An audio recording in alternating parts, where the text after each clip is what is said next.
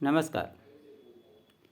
आप सभी का एक बार फिर से स्वागत है हमारे YouTube चैनल प्रेम की बात आपके साथ में। जैसा कि आपको पता है, अयोध्या में राम मंदिर का निर्माण हो रहा है और 22 तारीख को प्राण प्रतिष्ठा धूमधाम से होने वाली है। लेकिन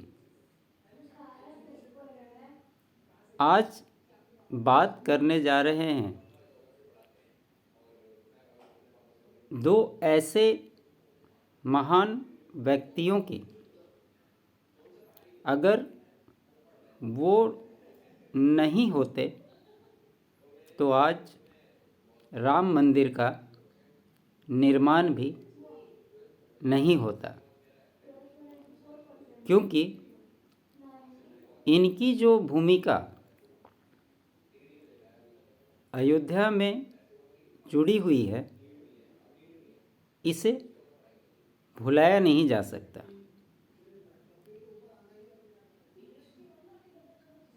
ये दोनों व्यक्ति दक्षिण के केरला के निवासी हैं। एक के नायर और दूसरा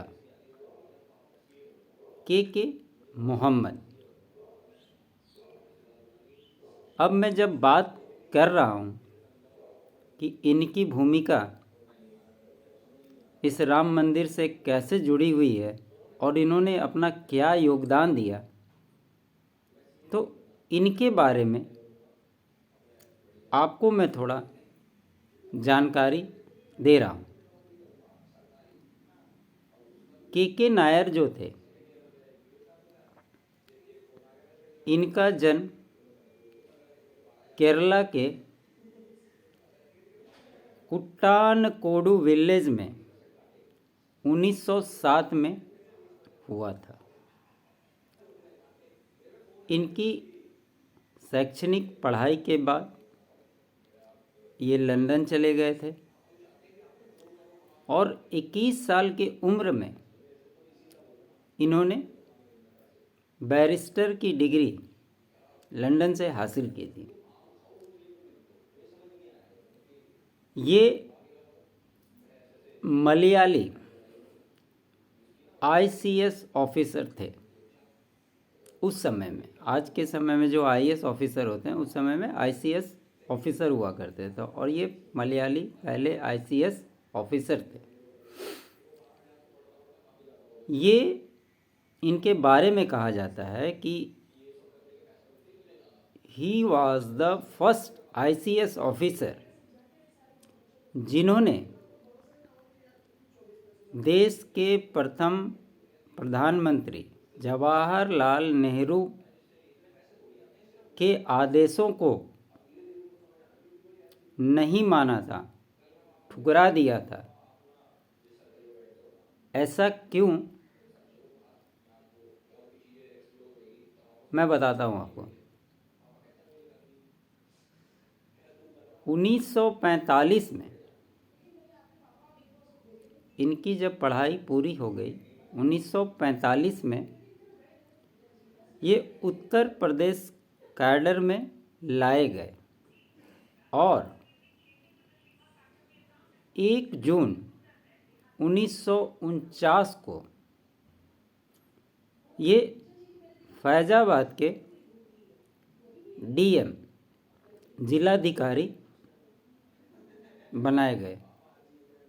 जो ये वही फैज़ाबाद है जो योगी सरकार आने के बाद उन्होंने उसका नाम चेंज करके अयोध्या किया। आपको पता होगा, इलाहाबाद का नाम चेंज हुआ, प्रयागराज हुआ।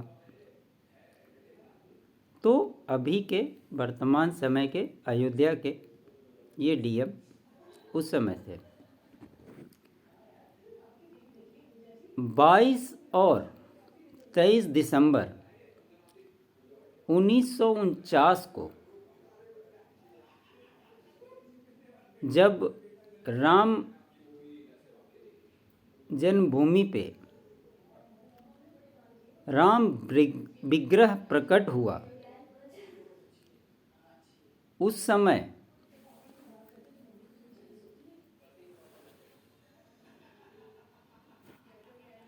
सिपाही बरकत अली जो थे वह मौजूद थे। जवाहरलाल नेहरू ने उस समय जो तत्कालीन यूपी के सीएम थे गोविंद बल्लभ पंत, उनको और के नायर को एक पत्र भेजा और जहाँ से मूर्तियाँ निकली थी उसको हटाने का आदेश दिया था, लेकिन बदले में के नायर ने उन्हें वापस से पत्र लिखकर यह कहा कि अगर ऐसा कुछ किया जाता है तो जनता उत्तेजित हो जाएगी और यथास्थिति बनाए रखने में बहुत दिक्कत होगी। उन्होंने उनके फरमान को ठुकरा दिया। उसके बाद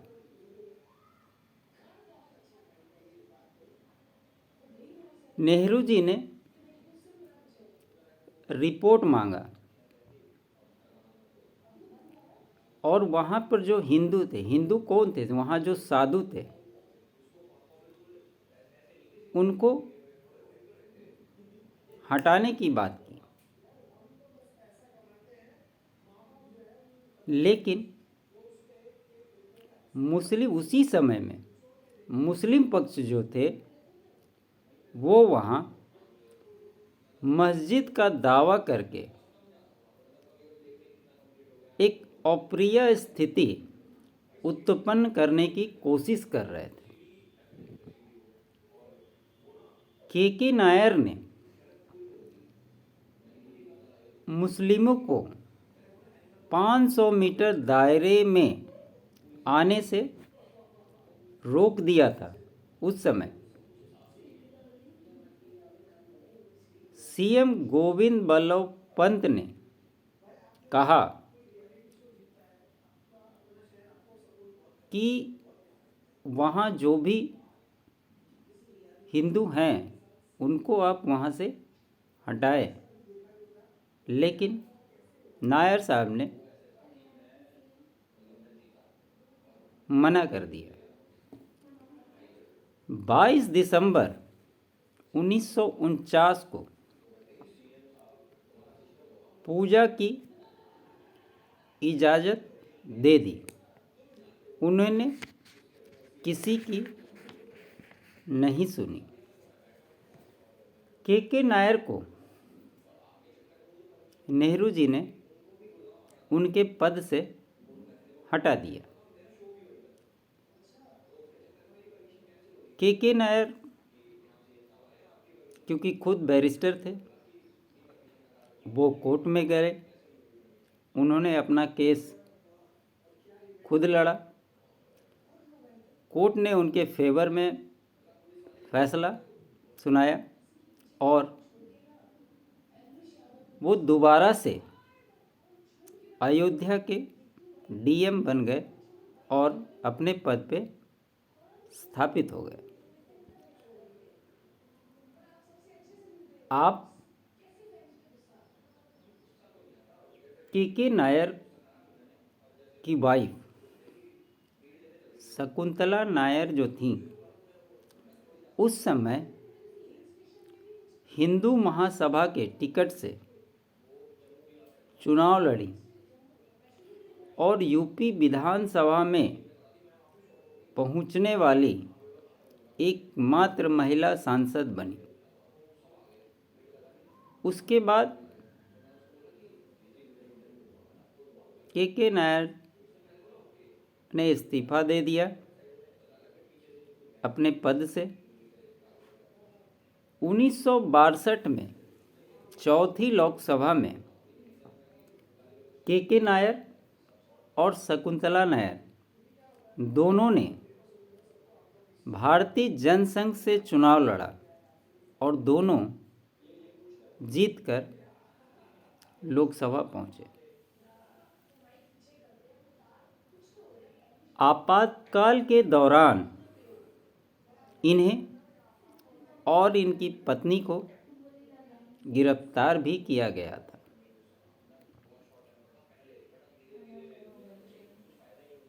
अब बात करते हैं के मोहम्मद की। के मोहम्मद का जन्म केरला के कालीकट में 1 जुलाई 1952 को हुआ था। ये एक एस्ट्रोलॉजर थे, आर्कोलॉजिस्ट थे, सॉरी। इन्होंने अपनी शैक्षणिक पढ़ाई गवर्नमेंट हायर सेकेंडरी से की। उसके बाद archaeological survey of India Delhi से इन्होंने डिप्लोमा की पढ़ाई की और ये रीजनल डायरेक्टर नॉर्थ के पद पे स्थापित थे। इन्होंने कई अलग अलग राज्यों में अपनी पद का निर्वहन किया और जब बीबी लाल के साथ वहाँ पर राम मंदिर जन्मभूमि पर खुदाई हो रही थी, ये अकेले एक ऐसे मुस्लिम व्यक्ति थे जो उनके साथ थे। नहीं तो कांग्रेस के शासन काल में कम्युनिस्टवादी प्रवृत्ति के लोग जिस प्रकार से वहाँ खुदाई में मूर्तियाँ निकल रही थी और उसे हटाने के लिए ये लोग प्रेशर बना रहे थे, वहाँ पे इन्होंने साफ मना कर दिया था कि ऐसा कुछ भी वो नहीं करने वाले।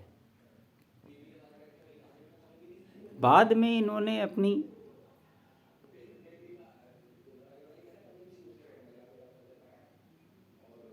पढ़ाई को अलीगढ़ मुस्लिम यूनिवर्सिटी में भी किया था। वहाँ से डिप्लोमा उन्होंने किया आर्कोलॉजिकल सर्वे ऑफ इंडिया से। आज के डेट में लोग ये कहते हैं और कह रहे हैं, आप विपक्षी पार्टियों को देखें तो उनका स्पष्ट कहना है कि बीजेपी राम मंदिर मुद्दे को हाईजैक कर लिया।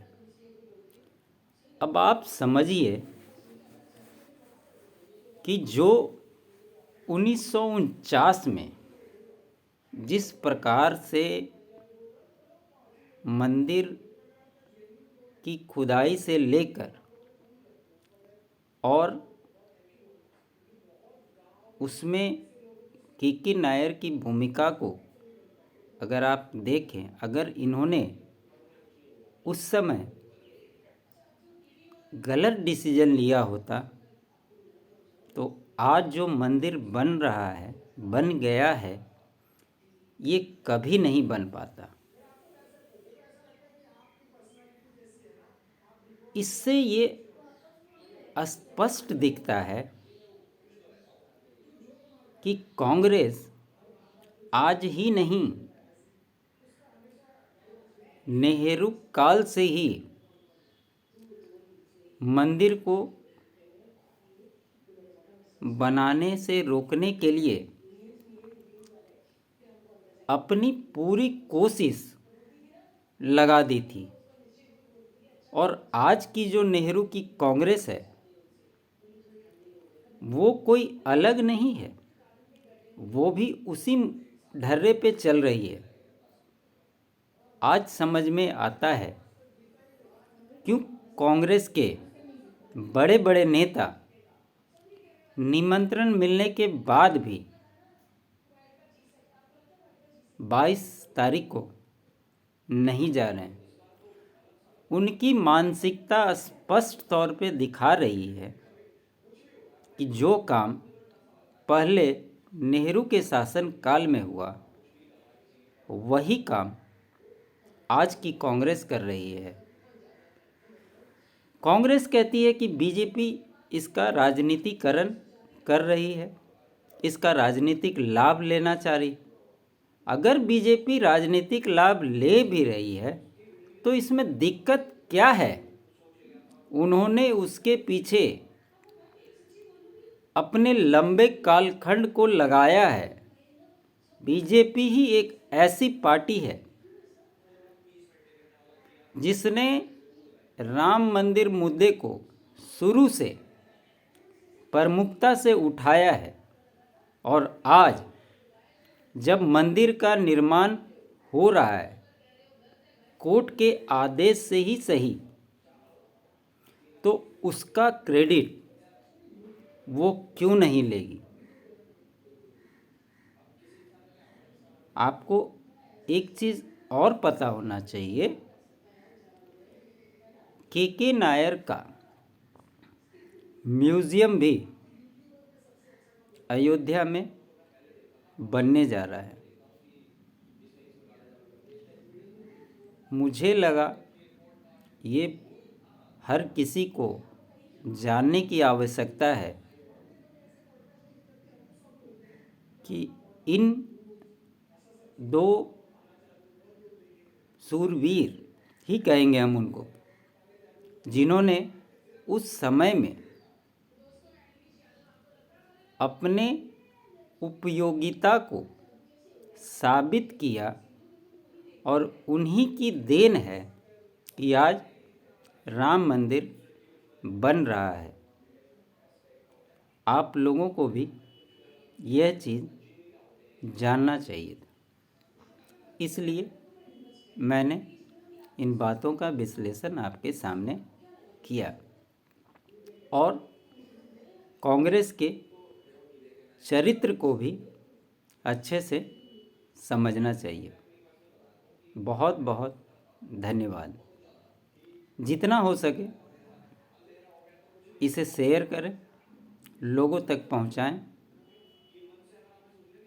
लोगों को भी समझ में आना चाहिए कि जो हुआ वो कितना ज़रूरी था, और उस समय की कांग्रेस और आज की कांग्रेस में कोई फ़र्क नहीं है।